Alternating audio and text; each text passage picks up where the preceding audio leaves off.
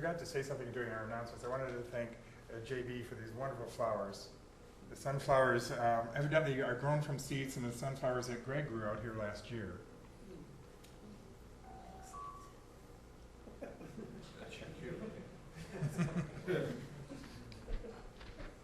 I wanted to start today by sharing a quote. Now, I know it's a big surprise that I would share a quote from anybody, because I never quote anybody in any of my sermons. Anyways, here it is. Anointed with the spirit of his baptism, Jesus begins his prophetic ministry, declaring the prophetic verse in Isaiah 61:1 has been fulfilled today.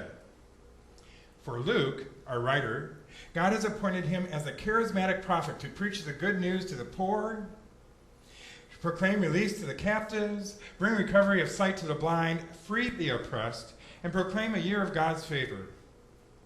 Jesus breaks social and physical boundaries wherever he goes to heal and mend lives.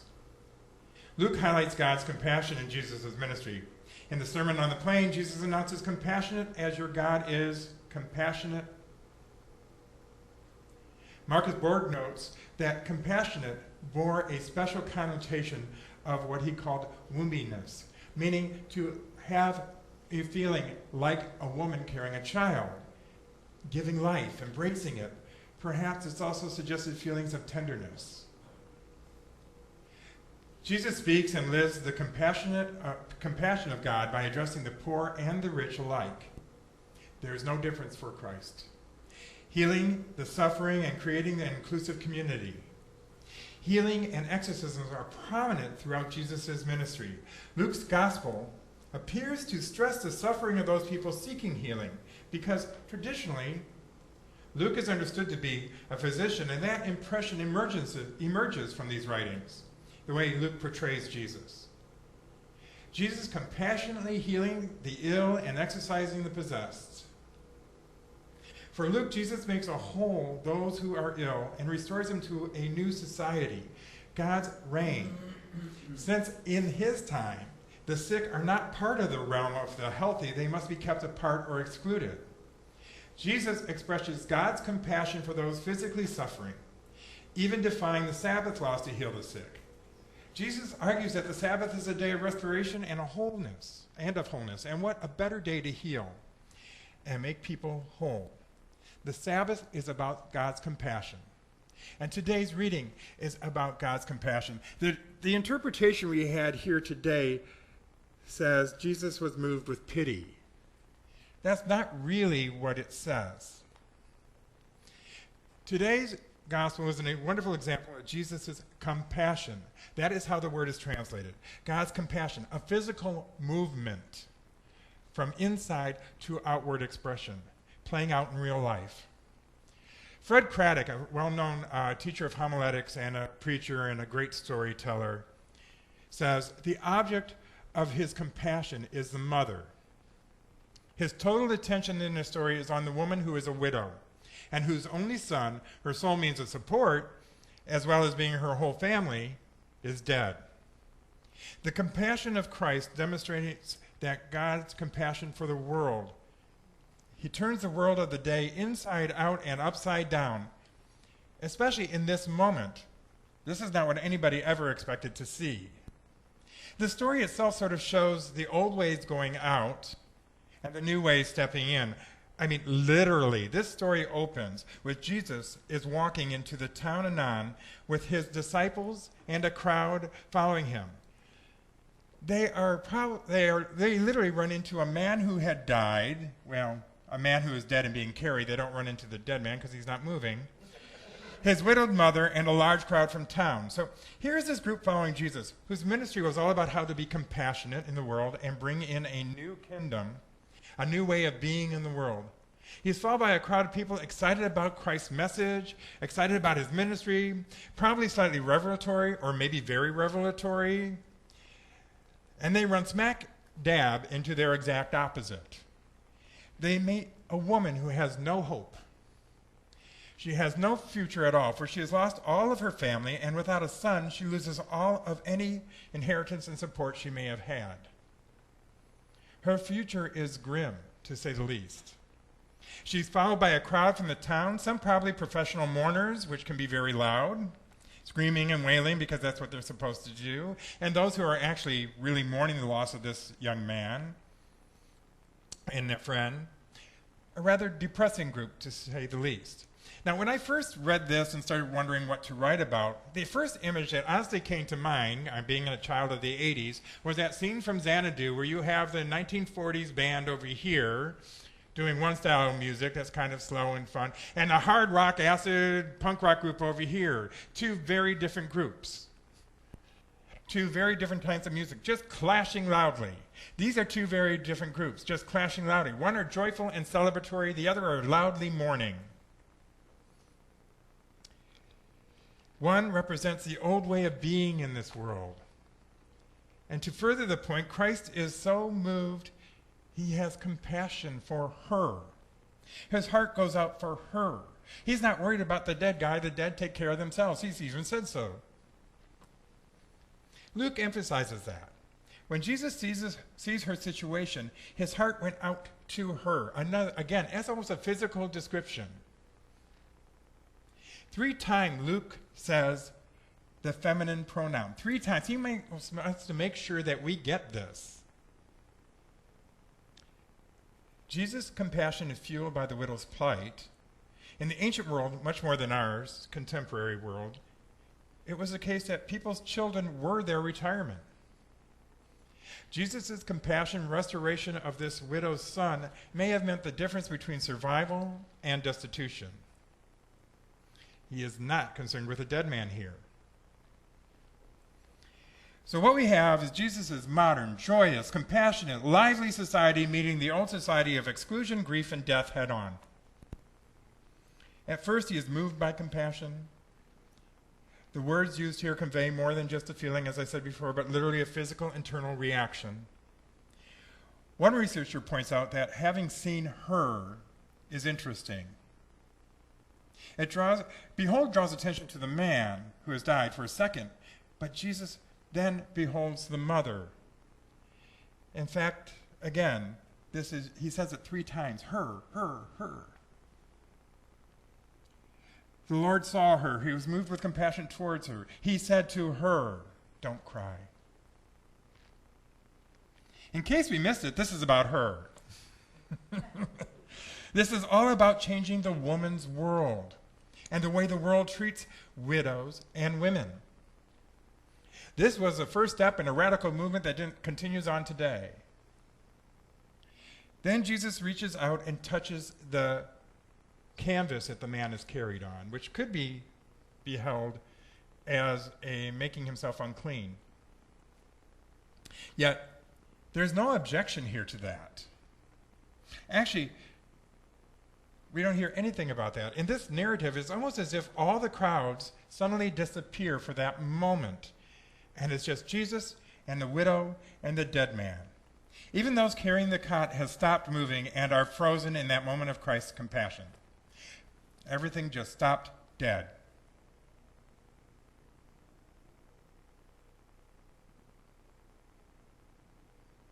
Then Jesus commands the man to get up. Rise up. And immediately the man arises and starts talking. Doesn't say that he said anything important. Doesn't say that he made any sense even.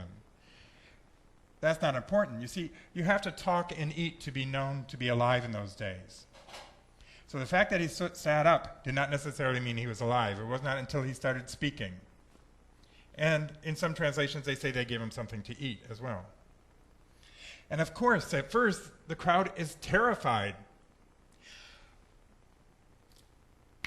But like that, the emotions shift. They start praising God. Now, wait a minute. Didn't Jesus just come in with a group that was praising God and revelatory and happy about his ministry? And now he's got this other group that's praising God and happy about Christ's ministry. Suddenly 2 groups are one, and the new kingdom is coming to life. 2 worlds collided and come out as one new glorious world. The widow who had no future, who was about to be an outcast, her life is turned around by one act of compassion. One simple act of compassion. One simple act of compassion. Okay, it wasn't simple. I mean, Jesus did raise somebody from the dead. But we have opportunities every day for acts of compassion. Change your mind, you can change the world. The crowd who believed the world has to be one way and only operated one way had their lives turned around by one simple act of compassion. What was two groups of people in two very different places became one group of people glorifying God by one simple act of compassion. We live in a very different world, and yet this message is as needed today as it was then. In a place where we think of ourselves as so advanced, and yet, you know, and we hear it spoken, there is a raw wage gap between what women earn and men earn. Women traditionally will earn close to 25% less than a man in the very same job here in the United States. We're a first world country. I don't even want to go into the statistics for third world countries. Women are still subject to pay inequality, regulated or attempted to be regulated to certain professions, and are deemed too strong or bitchy should they be in a position of power.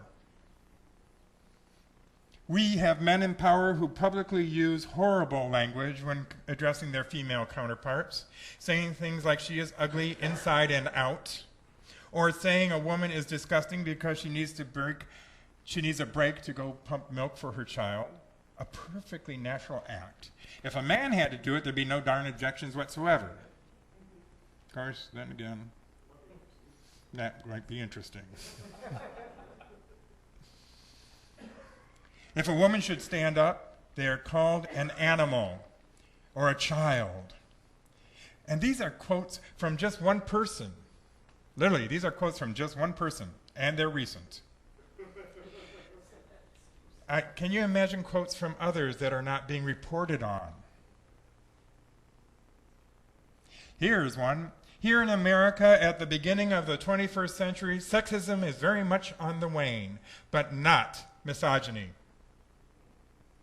Sexism is the conviction that women don't deserve equal pay, political rights, or access to education, and can be combated by argument and anti-discrimination laws, and by giving women the opportunity to prove their ability.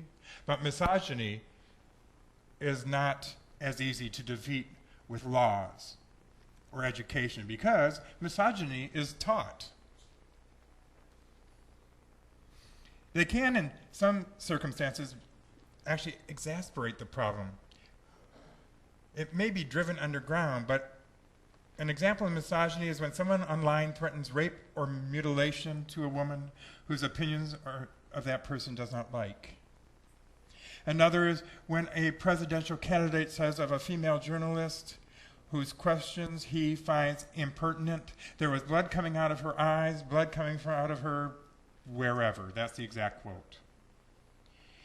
Women are regularly raped on college campuses, and no prosecution occurs. No criminal charges are filed.